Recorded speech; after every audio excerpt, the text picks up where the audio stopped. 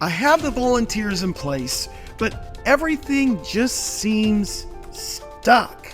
I mean, they're showing up late, they're unprepared, there's no excitement in the room. How can I develop volunteers to the next level?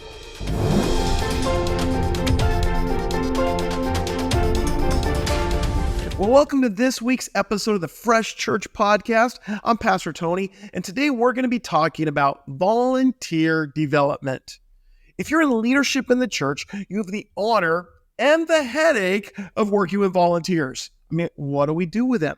How do I get more volunteers? What do I do now with them that they're started serving? How do I help my volunteers take ownership of their area? Great questions. And today, we're going to dig in and discover and develop how to deploy those volunteers in your church. So when I do coaching, one of the things that's important to us is taking time to speak into the lives of the people that we're coaching, that we're on the phone with, in the immediate situation that they are in.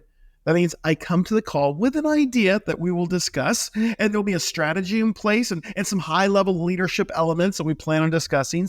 But before we get there, I always ask the question, how did it go this weekend? And from that comes the conversation about what their biggest challenges are that person is facing on the other line of the phone, okay, of what they're going through right now. And often you'll hear me say, that wasn't what we were going to talk about today, but I'm so glad you asked the question.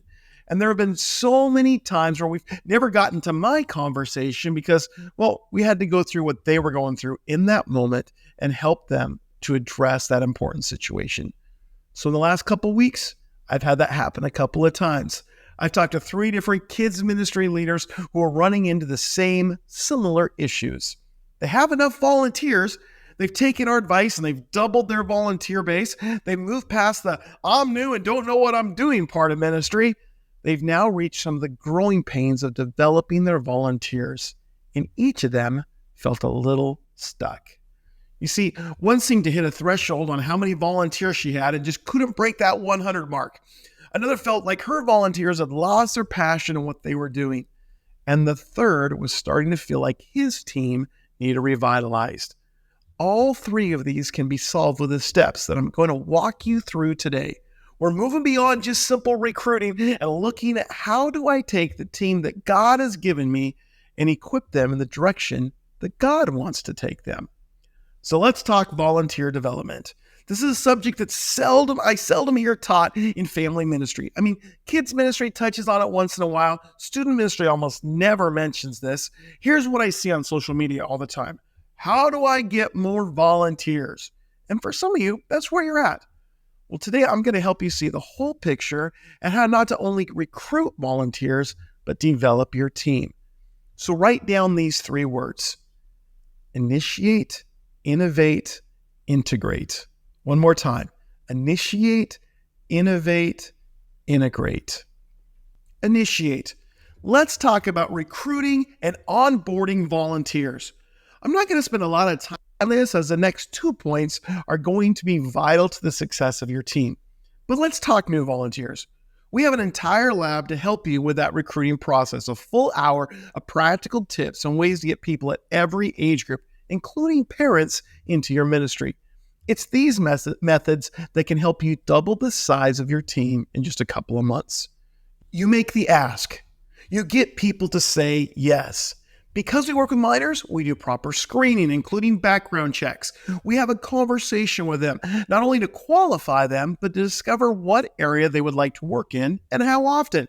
We get them a name tag. We walk them through an orientation. By the way, if you're not doing an orientation, we have an online orientation you can send them to have them watch it at home. Email me to find out more about this. You have new people. They're in your classroom once or twice a month. You've successfully recruited. We call that initiate.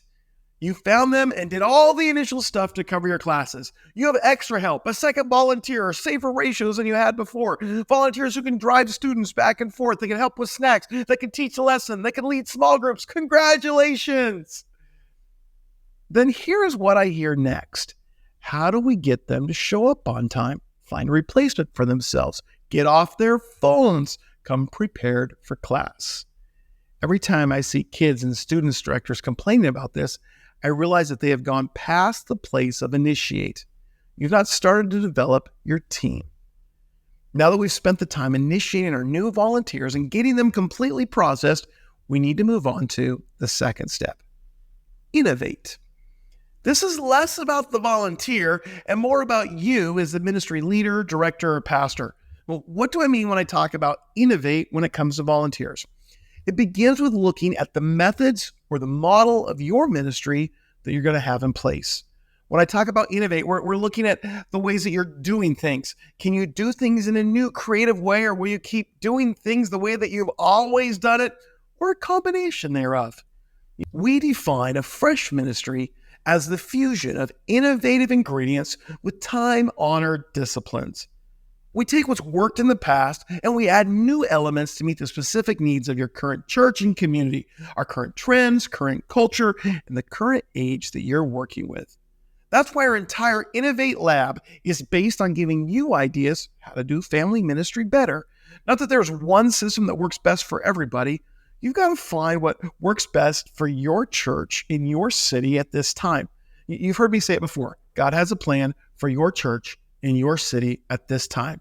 And it's your job to figure it out. That's where we get innovative. So you go through your systems, you go through your methods, you figure out what works best for you. So maybe in kids ministry, that's evaluating when do we do snack time? When do we do the lesson? Do we do object lessons? Do we do video worship, live worship, no worship? What are the elements and what do you want to have? What's the order of service? What does the whole thing look like when parents come and pick up their kids? You can do the same in student ministry. Where are we going to meet? Are we going to transition to different rooms at different times? What are we going to do when we're off campus and going to other locations?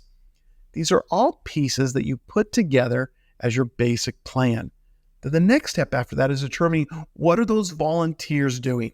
So let's say, for example, you have an announcement slot. This is where you discuss all upcoming announcements, what's going to be happening in the future. Well, who's going to do it? That's a great place to put a volunteer. So let's develop a volunteer job description for that spot. Wait, did you just say job description? I mean, job description scares so many people. Let's be honest. Most of you, the people listening to this podcast, do not have a job description for yourself, let alone for your volunteers. Now, there are a couple of you that have job descriptions for everything, and hats off to you. Honestly, this was an area I had to actually work hard on. It wasn't an area that came natural to me. I worked for another pastor who had a 2-page job description for every volunteer in their church, and all the staff had 4-page job descriptions. Obviously, him and I think a little bit different on what's a fun thing to do on a Thursday afternoon, and there's nothing wrong with that. But it actually helps if you put together a basic job description for each position. That can be as simple as a title and a 1-paragraph statement of what it entails. As simple as announcement host, and then write out a paragraph about the person who gives the announcements from up front with energy and excitement, talking about the 2 most important things coming up, referring to the slides as well. Maybe they introduce a video. Then they do a segue to the next element of your service. All of that can be defined within a simple job description. You need to do that for every volunteer role you have in your kids ministry, student ministry, actually every ministry in the church. That means if you have a parking lot team, let's put together a job description for that. If you have a host team, a coffee team, anything that a volunteer is doing, you need a job description for it. So we got innovative. We put together the plan, the model, the methods that we want to use. Then we put together job descriptions. This helps us realize who do we need to do what in what location. It also helps when trying to figure out what to do with people when they say, I want to help somewhere. Well, actually, the gifts you have, I think, would fit in this capacity really well. And then you put that in that slot.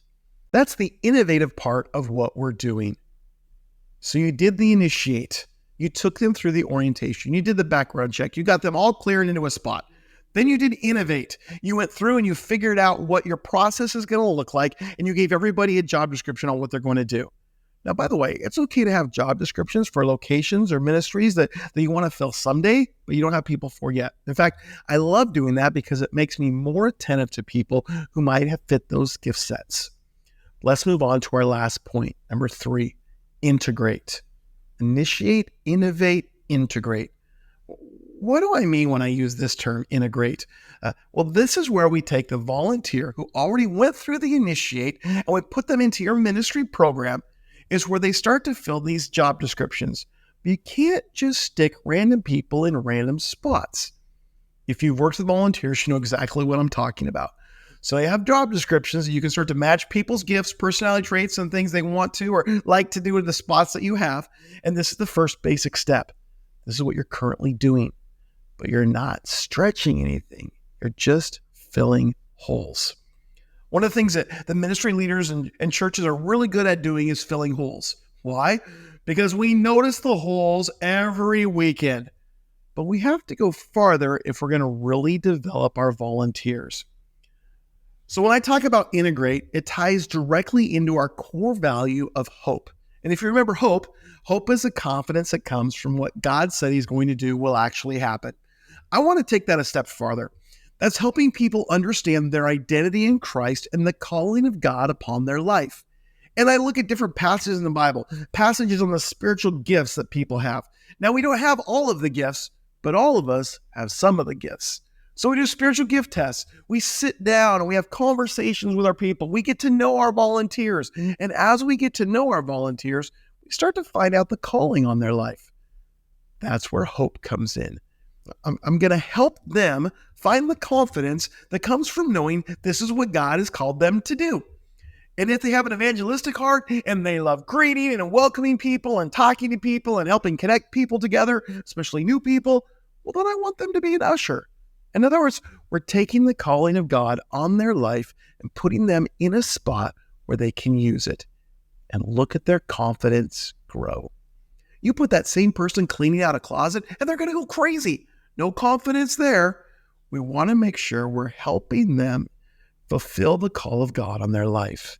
And we need to make sure we're taking the time to do it. This isn't about just finding bodies. This isn't about just filling holes in your job descriptions. This is getting to know your volunteers.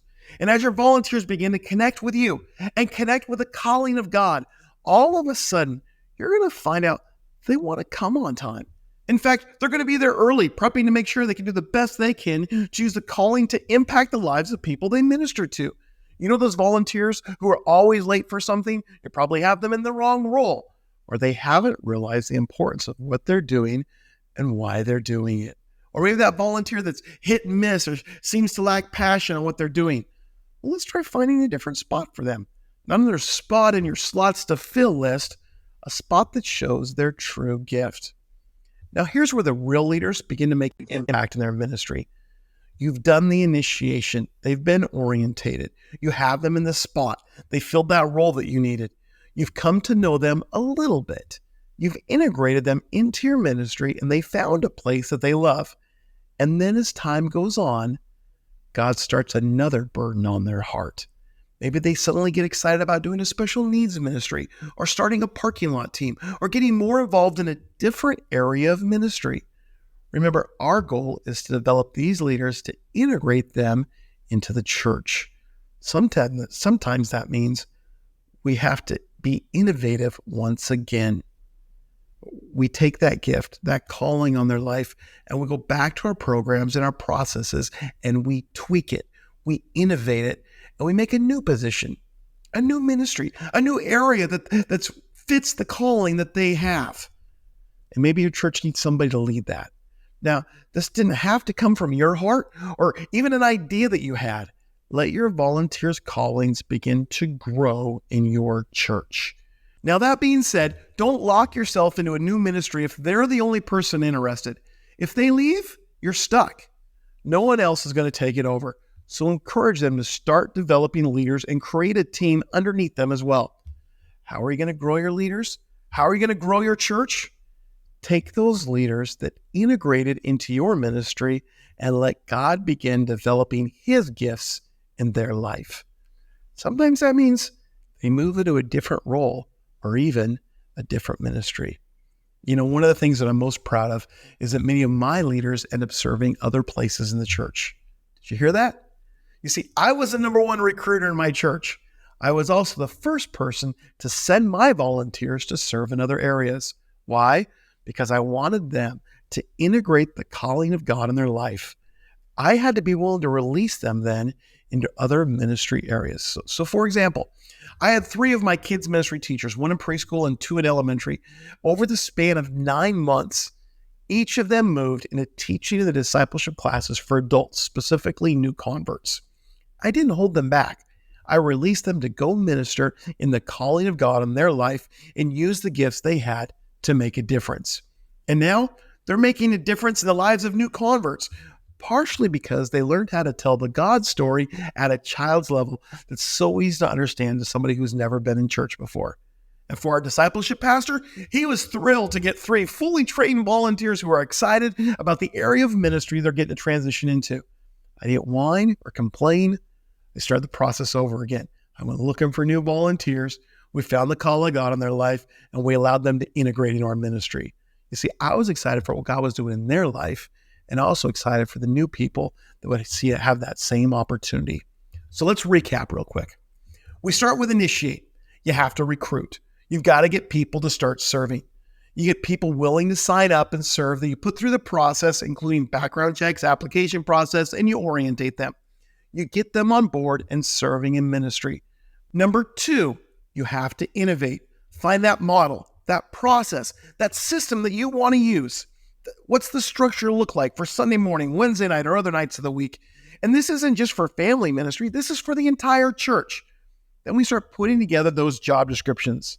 That means, senior pastor, you have a responsibility to do this also.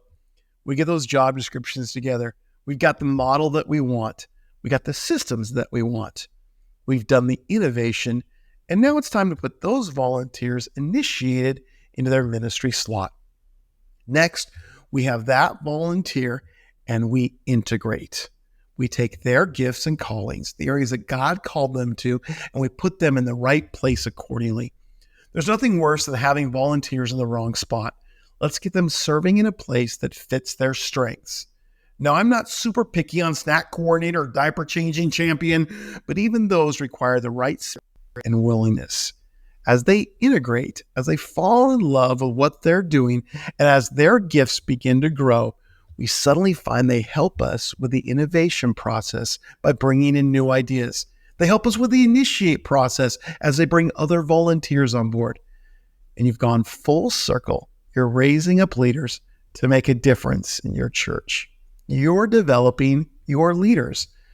Don't get stuck in the initiate mode, the recruit mode.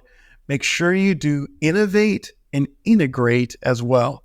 And if you need tips, check out our labs. Or maybe you need a coach to assist you with the process, because everyone needs a coach.